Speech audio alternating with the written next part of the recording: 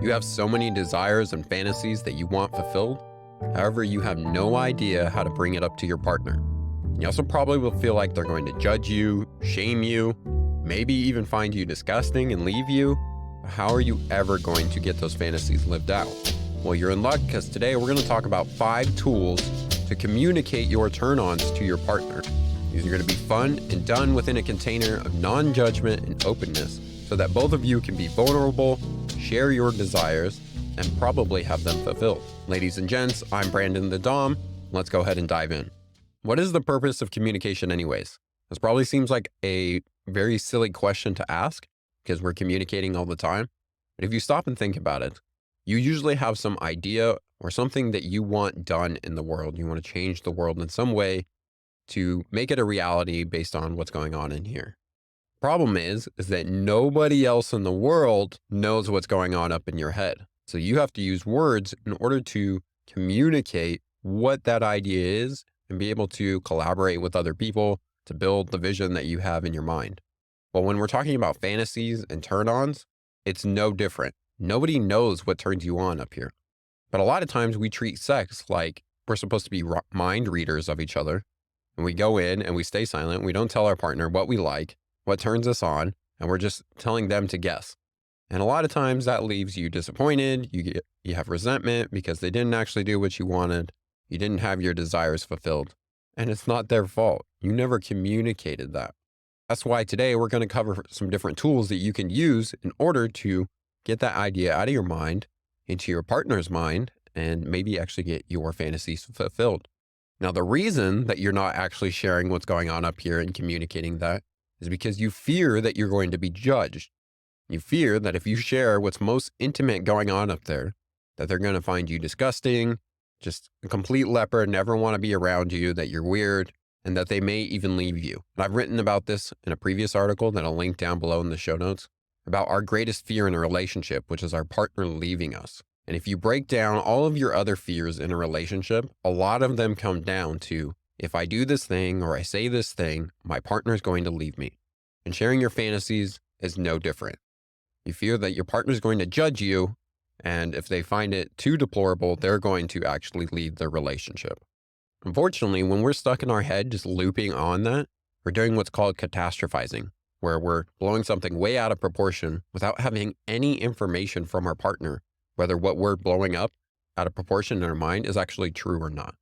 And the reality is 99% of the time when you share something with your partner, they're very understanding. They're very grateful that you shared that with them. Even your most intimate parts, because that's the most of you. They're actually getting to see who you are. So how do we avoid this fear of being judged and actually be willing to be vulnerable with our partner? Well, this is done through practice of building a container of openness and non-judgment. So a container is just basically a space that allows you and your partner to be vulnerable. This isn't a physical space, although you guys could do it in the same space and have that kind of be an intimate area for you to talk with one another.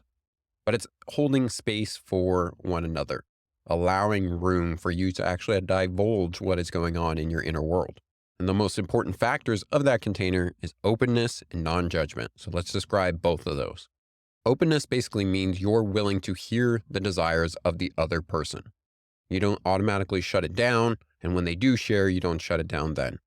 You're open to receiving what the other person has to give. In the context of desires, if that other person shares that same desire as you, well, then that's fantastic. You can move forward and have a bunch of fun with that.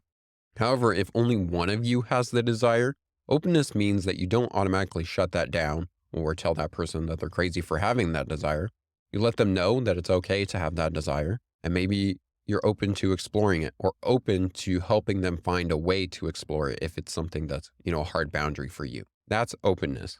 Non-judgment means if one person has the desire and you don't have the desire, you don't automatically shut down and tell that person that they're crazy for having that desire.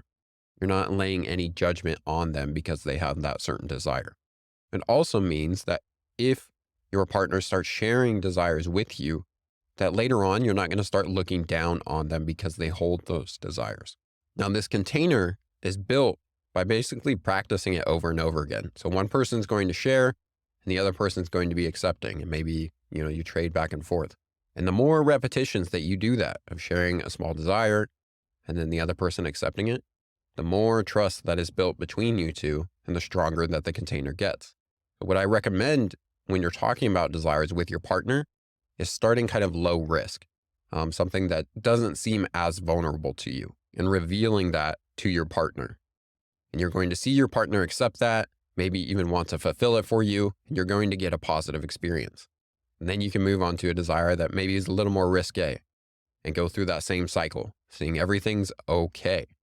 And then you start getting into some of the deeper fantasies. And because you've built this strong container and you have reference points and experiences previously that my partner was open and my partner was non-judgmental, then you can actually start sharing some of those deeper fantasies and still feel okay as you do so. You're not going to be so scared about them judging you. You're not going to be so scared about them leaving. Now, if you struggle even getting started, maybe sharing some of the low risk or less risque type of desires, I'm going to go through 5 tools here for you to help you communicate your turn-ons. Now, the order that I go through these is the order that I recommend you starting with, because it's going to, the first one's going to require less of a strong container. And as you get to the last tool, that's going to require a very strong container. So these can actually help you to build up the container and work towards divulging some of those deep fantasies that you have. So the first tool is doing a desire statement. And as that desire statement is basically a quick, sexy elevator pitch of information about you and your desires. So these desire statements kind of convey a certain set of information, whether you're dominant, submissive, or switch, what you want to feel most, your top sexual activities that you want to do, your hard limits, and your boundaries or parameters for the relationship you like to have with that particular partner. Desire statement's really good for using at play parties or with new partners, because it conveys a lot of information very quickly, and you can change it depending on who the partner is and what activities you want to be doing.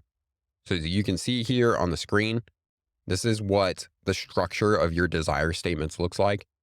So as a dom, sub, switch, or maybe just a sexual person in general, if you don't identify with those, I want to be, and you list out your core desires. Next, you'll list out the top 5 activities that you want to do.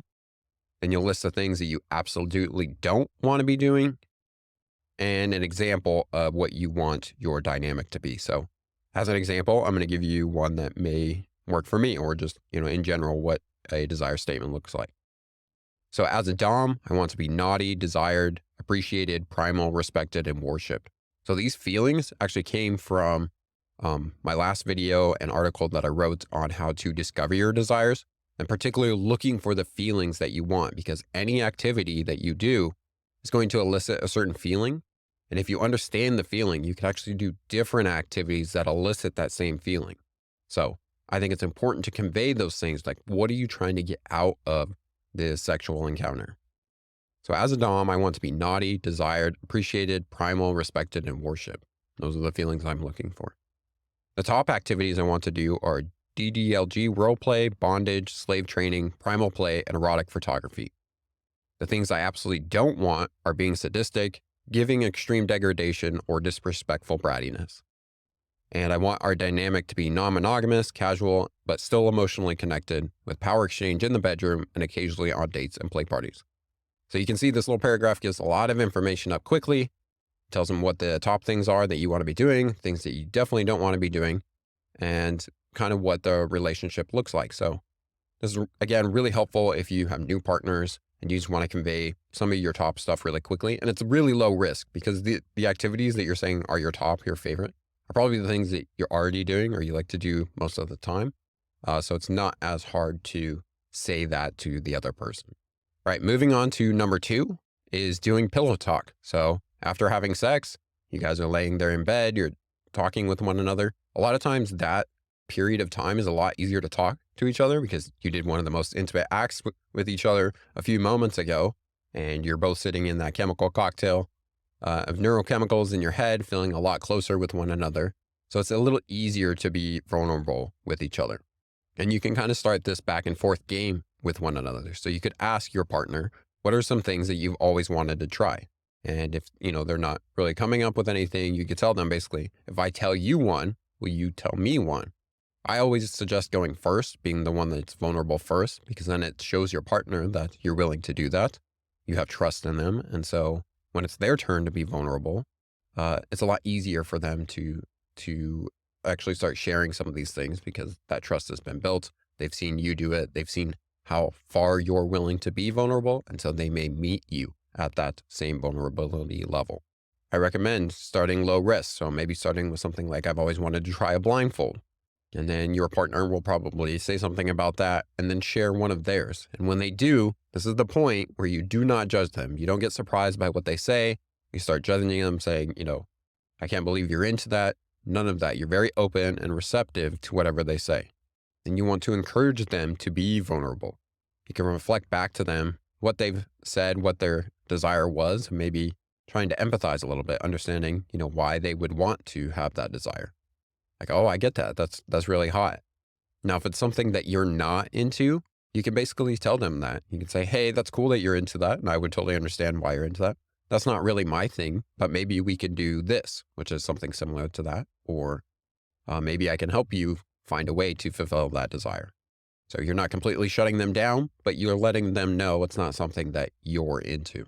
After you've gone back and forth on a few of these desires, that trust and vulnerability is there. And so maybe you can start divulging some of your spicier fantasies. The third tool is using a sexual bucket list, or better known as a bucket list. And this is basically, as it sounds, a list of all the different sexual experiences, kinks, fantasies, desires, different things that you would like to do before you died. What I recommend you doing is both of you writing this list separately away from each other. And then you can send it to each other throughout the week, or like the very next time that you see each other. You can start sharing some of those items on the list, which is actually a lot of fun because if you both have a sexual bucket list, then every time you see each other, you can basically start marking off different items on there that you guys would want to do. You basically have an unlimited thing of things that you can try in the bedroom, and you already know that at least one of you is going to find it really exciting. And most likely both of you are going to find it exciting, if not at least for fulfilling something for your other partner, which brings a lot of satisfaction. Remember to keep fostering that container. So when you're telling your partner to go write a sexual bucket list, tell them that they can write down anything, the most kinky, taboo, adventurous, fun, sexy, nasty things that they would like to do, and you're not going to judge them. You want to give them full reign and be able to write down whatever they want. Let them know and encourage them that you actually want to see that side of them, to see some of their inner world, and encourage their vulnerability to write down some of those extra spicy things. You can also let them know that even if they write it down, you guys don't ever have to do it. Because there are some fantasies that people have that they would just like to stay as fantasies in their mind. They would never want to do it in real life. So you can let them know we don't have to do these things, but just get them all listed out. It could be fun ideas. All right, the fourth tool is a sex menu. Sometimes these are called yes, no, maybe menus. It's basically a giant list of all the different sexual activities and kinks that one person can think of, and leaving a rating or like how much you would want to do this. So on the yes, no, maybe list, you would write down, yes, I want to do that activity. No, I don't want to do that activity. Maybe I want to do that activity. And that's kind of bland because I think with a lot of desires, there's a range of people a range of how much you might want to do that. If it's something that's like, oh my God, yes, I like to have this in my sex life all the time. Or it's like, like it could happen every once in a while, but I don't need it that much. Everybody has different kind of ratings for those things. And so I think it's better to leave some of that gradient of desire in there. So the sex menu that I like to use, and there's a link to it in the article, puts basically everything kind of starting at general in sex and moving on the way down to manual, oral, intercourse, orgasms, toys, and moving on and on and on to getting to more extreme stuff. And what you'll see on this menu is basically each one of the categories basically has a rating for it. So is it a hard limit? You never want to do it. It's a soft limit. Like there would need to be a lot of talk for this to actually happen, but you might be willing to do it. Having it occasionally. So it's not something that you want all the time, but maybe every once in a while. Love it. So this is something that you like to do quite often and really enjoy to do it. Need it. So this is something that like your sex life is not complete unless this is a part of it, which I think is an important category to have. and then try it. So maybe you've never done it before. You don't have an idea of how often you want it or how much you like it, but you're willing and open to actually trying it. And then indifferent. When you think about this category, it does nothing for you. You have no feelings towards it. So those are the categories I like to use there. And then the other nice thing about at least the sex menu that I use is there's this section here for notes on the other side. So especially when you get towards some of these other things, writing down what that act or what that kink looks like for you is super important, because some of these are pretty vague. Somebody could say, I'm a sub. Well, what does that actually mean to you? What is it? What kind of sub are you? What acts do you like to do for submission?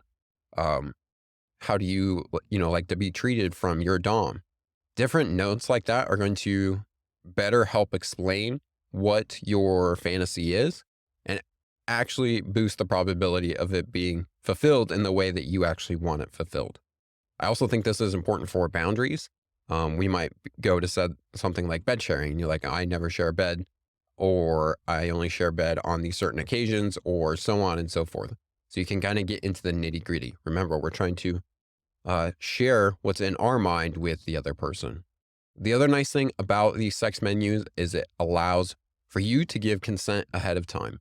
So sex menus are usually best done with a partner that you've seen a few times, because then you can start diving into some of those deeper fantasies and start planning or giving consent around what that may look like for you two. So these come in really handy with things maybe like free use, setting up free use between you and your partner. So you can kind of set the boundaries and limits around when that's possible. Maybe it's free use around the home, but it's not free use out in public when you guys are going out to events or whatever.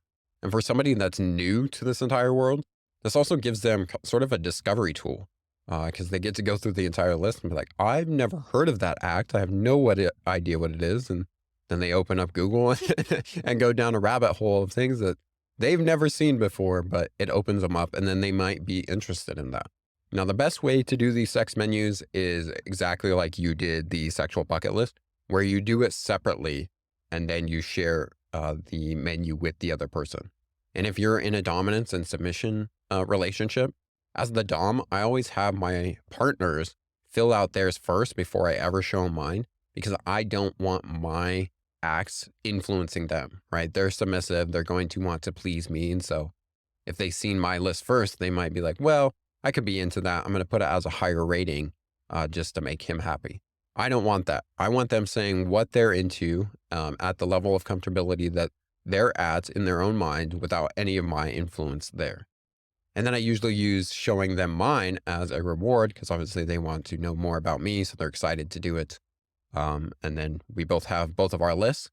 This also is really nice if you're non-monogamous or into polyamory and you have more than one partner, because if you have 2 or 3 partners, it may be hard to remember what everybody's desires are and what everybody's boundaries and limits are.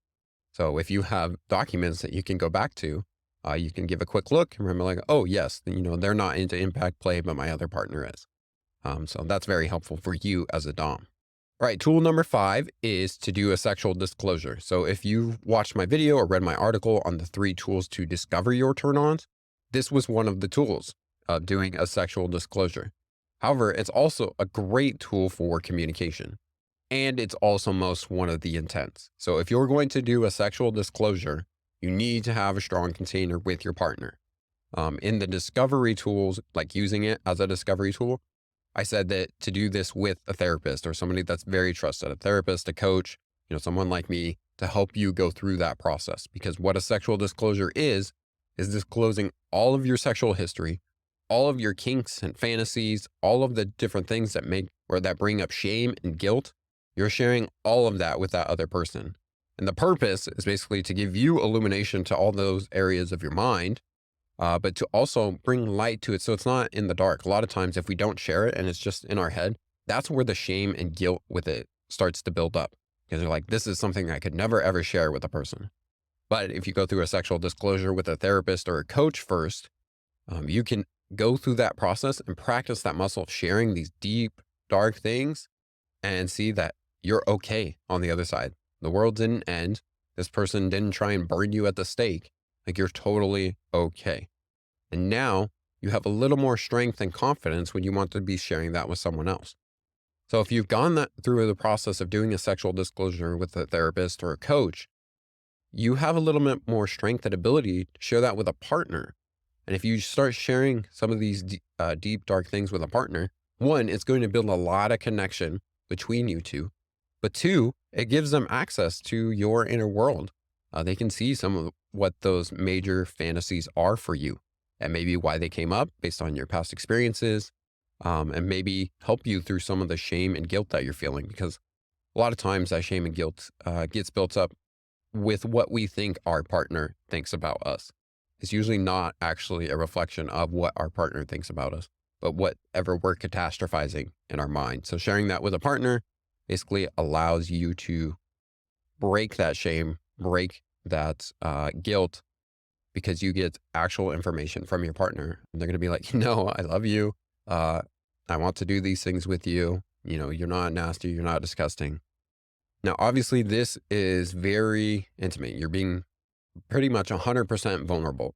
And so you never, ever have to use this tool if you don't want. Like, nobody is making you divulge your entire erotic mind to somebody else. However, I'm bringing up the tool to let you know it's available if you want it. I highly, highly recommend doing this with a therapist or a coach first. That's going to allow you to practice that level of vulnerability to gain a little strength before you do it with a partner. Speaking of which, if you're having trouble communicating your desires, if you have trouble even figuring out what those desires are so you can communicate them, I offer sex and relationship coaching, and I actually offer free 30-minute sessions so we can get on and start building some of that practice muscle for you to be able to communicate your desires. So maybe right now you have a certain fantasy that you would love to share with your partner. Let's go ahead and jump on a free call, and we can work through the process of sharing that, give you a little bit of practice, give you some tools to communicate it with your partner, and then you can go share it that night and probably have some awesome, amazing, kinky, wild sex, which is what we all want. If there's other things you would like to work through, like I said, I offer coaching, and we can start expanding and creating a plan for you to get that sexual world and desire fulfilled that you actually want. So you can find the link for that down in the description, get scheduled on my calendar, and we can start diving into some of those things. As always, thank you so much for your time and attention.